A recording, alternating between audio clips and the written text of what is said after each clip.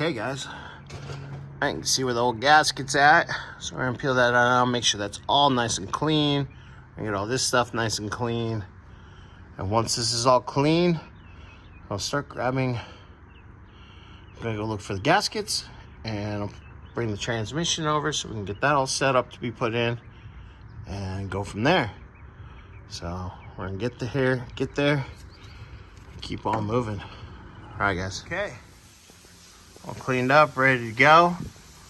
So I'm gonna go on a little hunt, get these gaskets on, and hopefully start slapping the bad boy back together. That's what I'm looking forward to.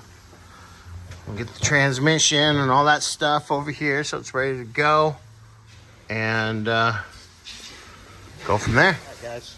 Well, we're back. Went to lunch for a little bit. Got that broken or bent stud out. Forrest got it out. Sitting right there.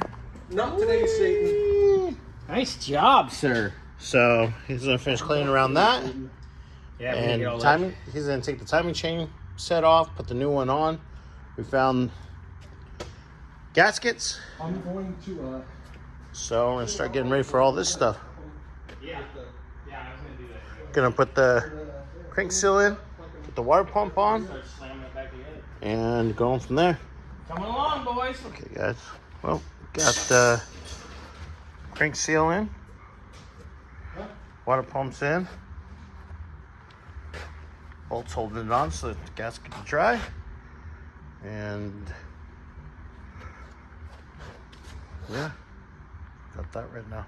We'll see what else needs to go together before it can go in the car. All right. Look at that. Timing set's off.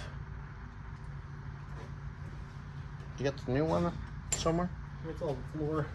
Oh.